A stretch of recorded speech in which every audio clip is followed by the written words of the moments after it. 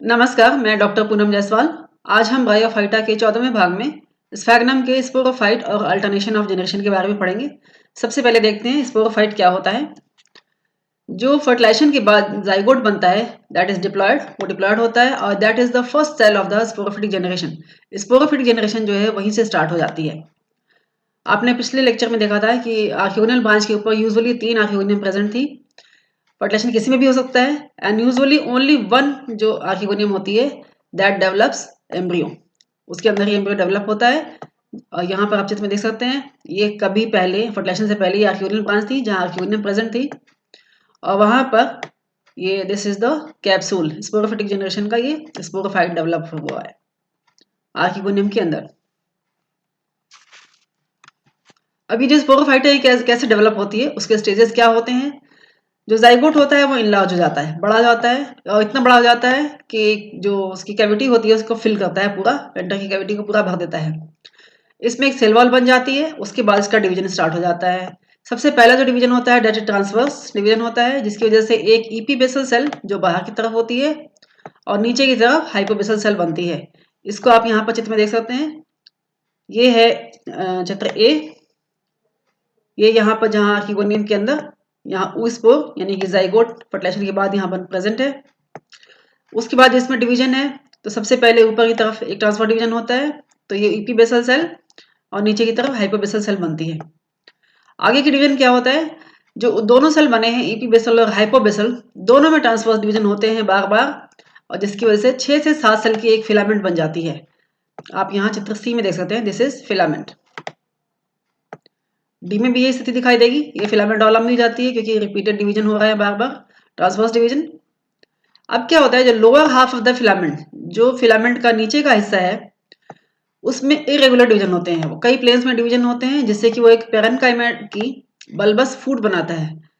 Bulbs फूट कहने का मतलब है कि जो डिवीजन है वो कई प्लेन्स में होंगे और इसलिए बहुत ही फूला हुआ एक फूट बनाएगा नीचे का हिस्सा। It is this.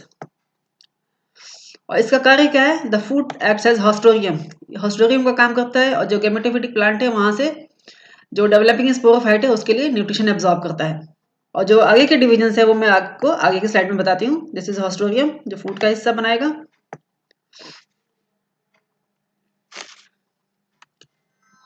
जो फिलामेंट का ऊपर का हिस्सा था, ये आपने नीचे का हिस्सा पहले देख लिया कि उसमें डिवीजन होता है तो क्या बनता है, फूड बनता है। जो अपर सेल था वो फिलामेंट का, उसमें 2 वर्टिकल डिविजन्स होते हैं at right angle to each other, जिसकी वजह से एक क्वाड्रेंट बन जाता है। वो कैसे होते हैं यहाँ आप चित्र में देख सकते हैं। जैसे ये है एपिकल सेल है, ऊपर के सेल्स हैं, उसमें जो डिवीजन होते हैं वो एक इस प्लेन में और दूसरी इस प्लेन में होती है इस तरह से। तो इस तरह से अगर हम टिप्स की तरफ से देखें तो हमें इस तरह से 4 सेल का अरेंजमेंट दिखाई देगा, जो चारों सेल साइड वाइज एक दूसरे के ऊपर एक दूसरे के साइड में प्रेजेंट होते हैं। इस स्थिति को बोलते हैं क्वाड्रेंट स्टेज। आगे का जो डिवीजन है वो पेरिक्लाइनल होता है। जो क्वाड्रेंट के सेल्स होते हैं उनमें डिवीजन पेरिक्लाइनल होता है और उसकी वजह से पेरिक्लाइनल डिवीजन सरफेस वाइज होती है, इसलिए उसमें जो सेल डिवाइड होते हैं वो एक अंदर सेल एक बाहर सेल बनाते हैं। तो जो अंदर की तरफ बनते हैं वो इनर एंडोथीसियम बनाते हैं और जो बाहर की तरफ सेल्स होते हैं वो आउटर एम्फीथीसियम बनाते हैं। जो एंडोथीसियम के सेल्स होते हैं वो एक स्टेराइल कॉल्यूमेला बनाते हैं, उसमें जो डिवीजन होता है वो भी बार बार डिवाइड होते हैं और सेंट्रल स्टेराइल पार्ट कॉल्यूमेला बनाते हैं। जबकि जो एम्फीथीसियम के सेल्स है वो आगे जाके स्पोरोजिनस सेल्स बनाएंगे। जो एम्फीथीसियम के सेल्स है उसमें भी पेरिक्लाइनल डिवीजन होती है और पेरिक्लाइनल के डिवीजन के बाद इसमें 2 लेयर्स डिफरेंशिएट हो जाती है, 2 से 4 लेयर की आर्किस्पोरियम जो कि स्पोरोजिनस टिश्यू बनाएगा और जो बाहर के 2 से 3 लेयर की कैप्सूल वॉल जिसको जैकेट भी कहते हैं ये डिफरेंशिएट हो जाती है। तो कहने का मतलब है कि जो एम्फीथीसियम के सेल्स थे उसमें पेरिक्लाइनल डिवीजन हुआ और 2 तरह के सेल्स डिवाइड हो गए, डिफरेंशिएट हो गए, आर्किस्पोरियम और जैकेट सेल। जैकेट सेल जो है वो बाहर की तरफ है, यहाँ आप चित्र में देख सकते हैं। ये इसके पिछले स्टेज में आपने देखा था एच तक के एफ जी एच, ये नीचे का हिस्सा जो है ये फूट बनाता है डिवाइड होकर और जो ऊपर के सेल्स हैं दिस इज द फूट जो हाइपोबेसल सेल से बना हुआ है। ये जो ऊपर का रीजन है ये इपीबेसल सेल से बना हुआ है। इसमें सबसे बाहर जो है वो कैप्सूल वॉल जिसको जैकेट बोलते हैं, ये 3 से 7 लेयर की हो सकती है। आप यहाँ देख सकते हैं यहाँ तक की जो सेल्स हैं दीज आर कैप्सूल वॉल्स। ये 3 लेयर्स। एक यहाँ पर रिंग लाइक मतलब एक लेयर है that is called sporogenous sales, जो आर्किस्पोरियम है उससे डिफ्रेंशिएट होगा। और सेंट्रल में दिस इज कॉल्यूमेला। अगर इस हिस्से का हम ट्रांसवर्स डिवीजन काटते हैं तो हमें यहाँ दिखाई देती है एम्फिथीसियम, एंडोथीसियम, जब आर्किस्पोरियम में डिफ्रेंशिएशन नहीं था। तो जो एम्फिथीसियम के सेल्स थे वो आर्किस्पोरियम और कैप्सूल वॉल बनाते हैं, वो आप देख सकते हैं यहाँ पर डिफ्रेंशिएट होने के बाद ये स्थिति आती है। और सेंट्रल एंडोथीसियम जो था वो यहाँ पर कॉल्यूमेला बनाता है। अब आगे क्या होता है, जो आर्किस्पोरियम के सेल्स थे they form a dome shape arch, columella के ऊपर एक डोम शेप आर्क बनाते हैं। और जो सेल्स ऑफ द आर्किस्पोरियम थे, जो आर्किस्पोरियम के सेल्स थे एक्चुअली वही स्पोरोजिनस टिश्यू बनाते हैं और ये डिफ्रेंशिएट होकर 2 to 4 लेयर्ड स्पोरोजिनस टिश्यू में बदल जाते हैं। जो स्पोरोजिनस सेल्स हैं, स्पोरोजिनस टिश्यू के जो सेल्स हैं, they function as spore mother cell, यही स्पोर मदर सेल का कार्य करते हैं और इसमें मियोसिस होती है जिसकी वजह से हैप्लॉइड स्पोर्स बन जाते हैं। जो हैप्लॉइड स्पोर्स होते हैं, हैप्लॉइड स्पोर बनने का मतलब है यहाँ से गैमेटोफिटिक स्टेज स्टार्ट हो जाती है। जो स्पोर्स होते हैं वो रहते कहाँ हैं, spores are enclosed within a spore sac, एक स्पोर सैक बनती है जो सराउंडेड होती है स्टेराइल टिश्यू से, बाहर की तरफ कैप्सूल वॉल और अंदर की तरफ कॉल्यूमेला से।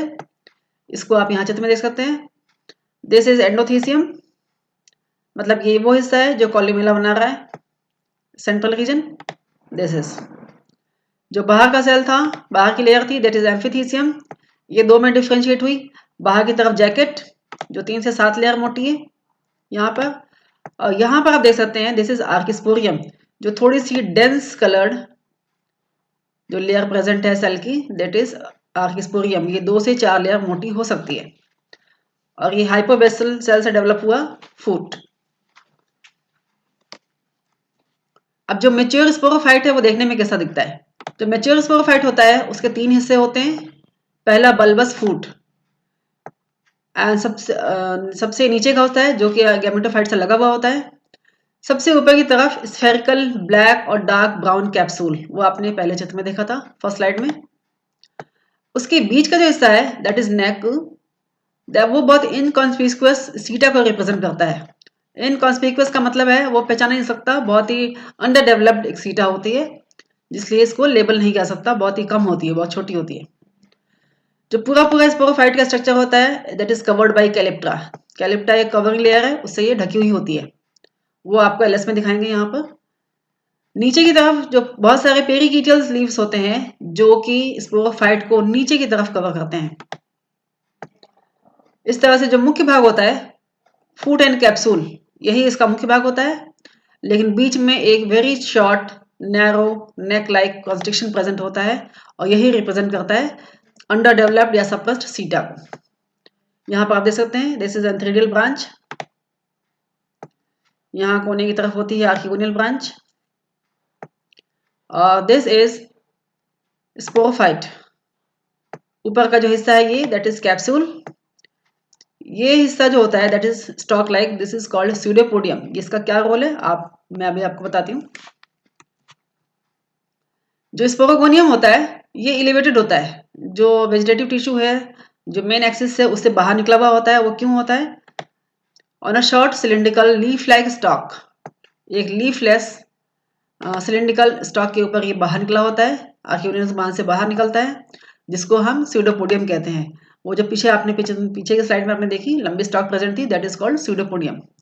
इसका रोल क्या है, ये लंबाई में वृद्धि होती है इसके, जिसकी वजह से जो कैप्सूल है इसका वो लीव्स की कवरिंग से बाहर आ जाता है, पेरिकिटियल लीफ से बाहर आ जाता है, और इस तरह से स्पोर जो है उसके डिस्पर्सल में मदद हो जाती है, फैसिलिटेट हो जाता है।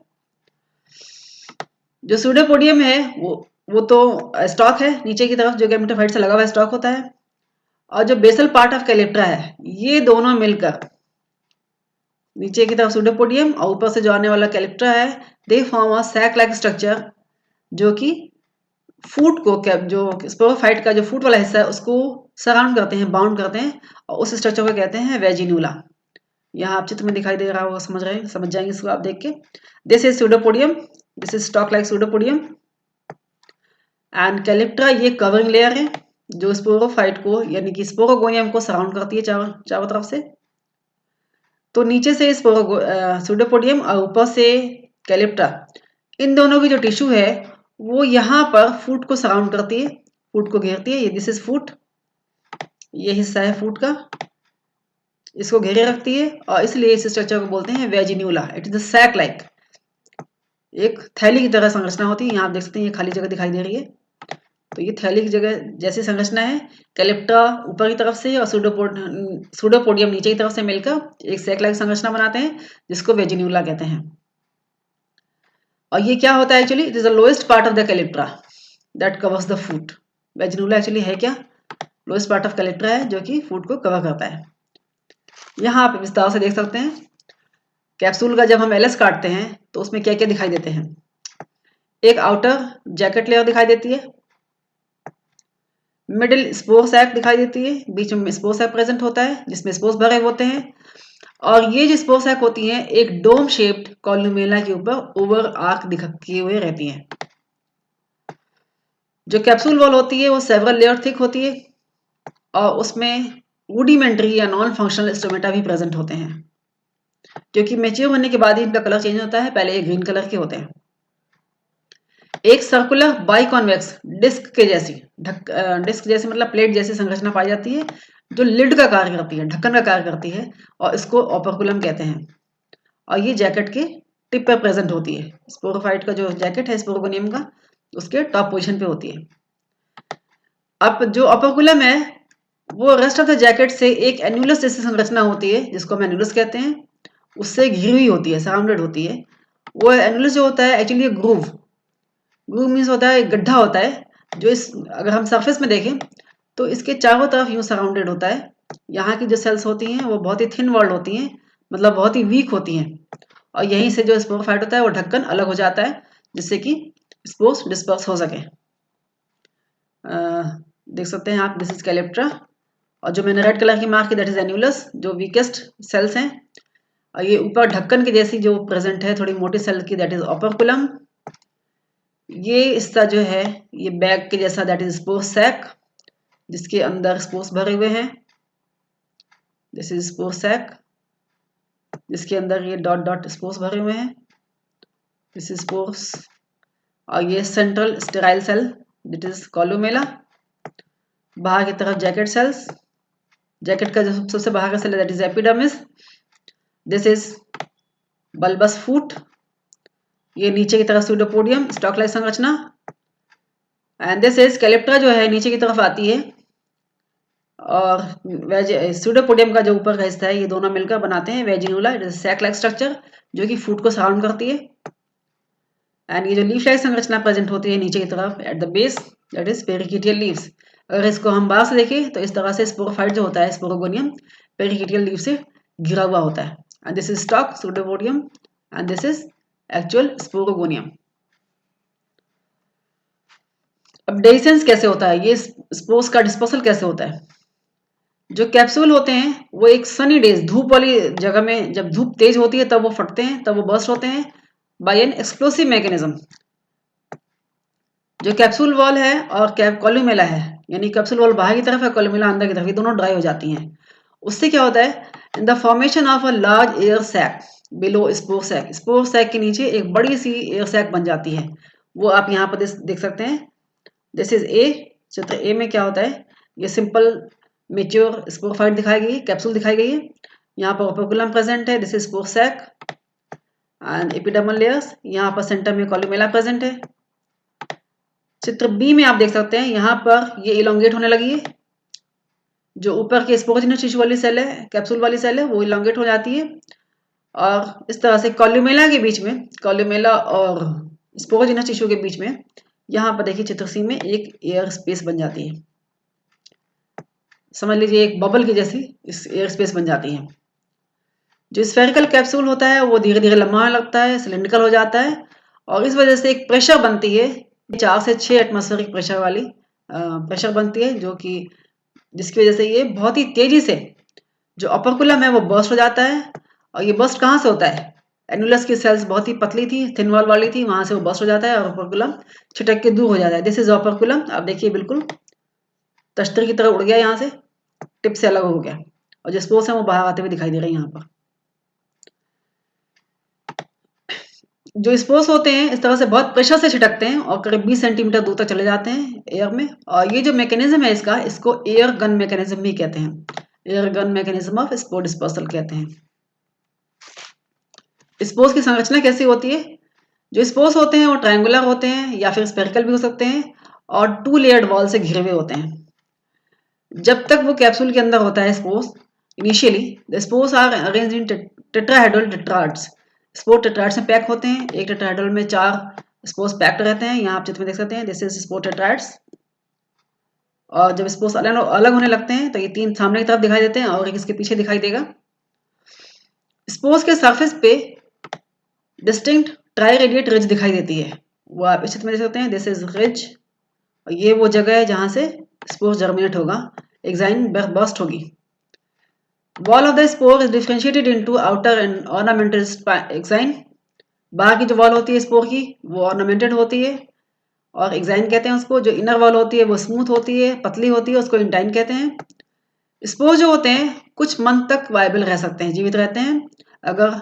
और जर्मिनेट कब होते हैं? जब फेवरेबल सीजन आता है, कंडीशन फेवरेबल होती है, तब वो जर्मिनेट होते हैं। अब न्यू गैमेटोफाइट कैसे बनेगा स्पोर से? जैसा कि सभी ब्रायोफाइट्स में होता है, स्पोर बनने के साथ ही गैमेटोफिटिक जनरेशन स्टार्ट हो जाती है। Spore is the first cell of the gametophytic generation. ये जर्मिनेट कैसे होता है? 2 से 3 दिन के अंदर जर्मिनेट हो सकता है और remain viable for 4 to 6 month. अगर सीजन फेवरेबल नहीं है तो 4 से 6 महीने तक ये जो अनफेवरेबल कंडीशन है उसको विदस्टैंड कर सकता है। जो स्पोर्स होते हैं वाटर एब्जॉर्ब करते हैं और फूल जाते हैं। जो फूलने की वजह से जो एग्जाइन होती है वो रप्चर हो जाती है और जो इंटाइन होता है उसकी वॉल फ्लेक्सिबल होती है और वो जर्म ट्यूब के रूप में बाहर आने लगता है। ये जर्म ट्यूब जो है दैट डिवाइड ट्रांसवर्सली, ये ट्रांसवर्सली डिवाइड होता है, जिसकी वजह से 2 से 4 सेल की लंबी फिलामेंट जो ग्रीन कलर की होती है ऐसी बन जाती है। इसको आप चित्र में देख सकते हैं। ये स्पोर वॉल बर्स्ट होने के बाद जो जर्म फिलामेंट है ये बाहर आ रहा है और उसमें फिर ट्रांसवर्स डिवीजन होता है और ट्रांसवर्स डिवीजन की वजह से ये एक लंबी फिलामेंट बन जाती है। एंड सी जिससे जर्मिनेशन स्टार्ट हुई है, जर्म फिलामेंट बना है। डी में ट्रांसवर्स डिवीजन हुआ है जर्म फिलामेंट के ऊपर और इस तरह से ये आगे फिलामेंट बनते हैं। अब आगे के जो डिवीजन है वो सीधे ट्रांसवर्स नहीं रह जाते, वो दूसरे प्लेन्स में भी होते हैं। तो इस फिलामेंट का एपिकल सेल होता है, यहाँ पर आप देख सकते हैं, दिस इज एपिकल सेल। ये है एपिकल सेल। इसका जो सेल होता है इसमें 2 कटिंग फेसेस होती है। 2 कटिंग फेसेस होने का मतलब है ये लेफ्ट एंड राइट या मतलब side wise 2 cell alternatively divide कर सकती है। 2 कटिंग फेसेस की वजह से अब इसमें साइड वाइज डिवीजन प्रेजेंट होते हैं, साइड वाइज डिवीजन होने लगते हैं। और जो सेल होती हैं वो alternatively right and left side में डिवाइड होती हैं, जिसकी वजह से एक ग्रीन सिंगल सेल मोटी प्राइमरी प्रोटोनिमा बनने लगता है। And this is first diagram is this is primary protonema. अब क्या होता है, जो एपिकल सेल का जो एक्टिविटी थी, सेल डिवीजन की कैपेसिटी थी, वो धीरे धीरे खत्म हो जाती है और जो मार्जिनल सेल होते हैं, साइड के सेल्स होते हैं, वो उनमें डिवीजन स्टार्ट हो जाता है और डिवीजन की वजह से वो प्लेट लाइक प्रोटोनिमा बनाते हैं और जिसको हम सेकेंडरी प्रोटोनिमा के नाम से जानते हैं।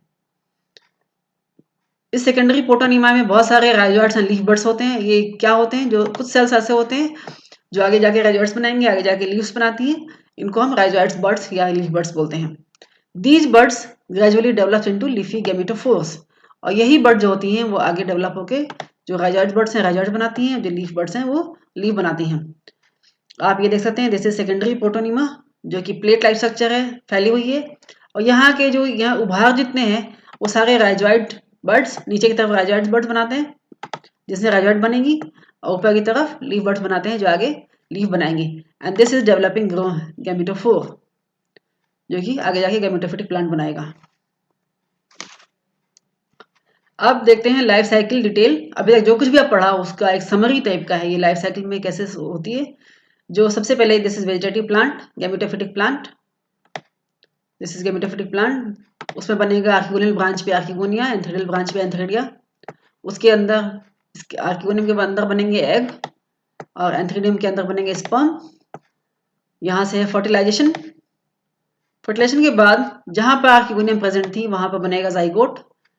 इसमें जो hypobasal cell and epibasal cell, dyad embryo. Zygote multicellular होने के बाद ही एम्ब्रियो बनाते हैं। उसके बाद दिस इज फिलामेंटस एम्ब्रियो, ये ट्रांसवर्सली डिवाइड होंगे दोनों सेल्स और फिलामेंटस एम्ब्रियो बनाएंगे। जो नीचे के सेल्स हैं वो बनाएंगे फूट लाइक स्ट्रक्चर और ऊपर के सेल्स हैं वो स्पोरोफाइट बनाएंगे, स्पोरोगोनियम बनाएंगे। उसके बाद दिस इज सारे डिवीजन और डिफरेंशिएशन होने के बाद दिस इज मैच्योर स्पोरोफाइट। संरचना आपको पहले डिटेल से बता दी है। उसमें बनेंगे स्पोर मदर सेल। जो ये मदर सेल जो होती है स्पोर मदर सेल, इसमें ही मियोसिस संभव है और मियोसिस के बाद यहाँ से स्पोरोफिटिक जनरेशन 2n कंडीशन खत्म हो जाती है और जो सेल होता है, जो स्पोर्स होती हैं, वो गैमेटोफिटिक जनरेशन में एंटर हो जाता है। This is spore tetrad and this is single spore. And ये जर्मिनेशन जिसमें प्राइमरी पोटोनिमा, फिर सेकेंडरी पोटोनिमा, उसके बाद से ये सेकेंडरी पोटोनिमा, उसके बाद से ऊपर की तरफ गैमेटोफोर डेवलप होना शुरू हो जाते हैं और नीचे की तरफ राइजोइड्स डेवलप होने शुरू हो जाते हैं और बाद में जो ये एडल्ट गैमेटोफाइट प्लांट बनाते हैं। अब इसमें अल्टरनेशन ऑफ जनरेशन कैसे होता है? This is alternation of generation. इसमें जो स्फेग्नम है दैट इज गैमेटोफिटिक प्लांट। ये this is gametophytic plant, this is female archegonium बनाएगा, मेल एंथ्रेडियम बनाएगा। इसके अंदर बनेंगे आर्किगोनियम के अंदर एग और एंथ्रेडियम के अंदर एंथ्रोजॉइड या स्पर्म। यहाँ होगी फर्टिलाइजेशन जिसको सिंगेमी भी कहते हैं। फर्टिलाइजेशन होने के साथ ही जैसे ही 2n स्पोर बन जाता है, 2n ऊ स्पोर बन जाता है, जाइगोट बन जाता है, जो गैमेटोफिटिक जनरेशन है वो खत्म हो जाती है और स्पोरोफिटिक जनरेशन में प्लांट एंटर हो जाता है। उसके बाद जो जाइगोट में डिवीजन होता है दैट इज फॉर्म एम्ब्रियो। उसके बाद ये स्पोरोफाइट बनाएगा, स्पोरोगोनियम बनाएगा। स्पोरोगोनियम में जो आर्किस्पोरिंग सेल थी वो स्पोर मदर सेल बनाती है। स्पोर मदर सेल में मियोसिस होती है, रिडक्शन डिवीजन होता है और ये हैप्लॉइड स्पोर्स बन जाते हैं। तो जहां पर स्पोर मदर सेल तक तो जो प्लांट है वो स्पोरोफिटिक जनरेशन में है, 2n कंडीशन है। जैसे ही मियोसिस होती है स्पोर्स बन जाते हैं, वो n कंडीशन में आ जाती है, वापस गैमेटोफिटिक फेज में एंटर हो जाता है। और ऊपर के कुछ प्रोसेस दिए हुए हैं जैसे आपने इनोवेशंस एंड पेरेनियल बर्ड्स देखे थे, वो सभी वेजिटेटिव रिप्रोडक्शन के प्रोसीजर्स हैं। थैंक यू, आशा करती हूँ आपको टॉपिक समझ में आ गया होगा। आगे हम ब्रायोफाइटा के 15वें भाग में पॉलीट्राइगम के बारे में पढ़ेंगे। धन्यवाद।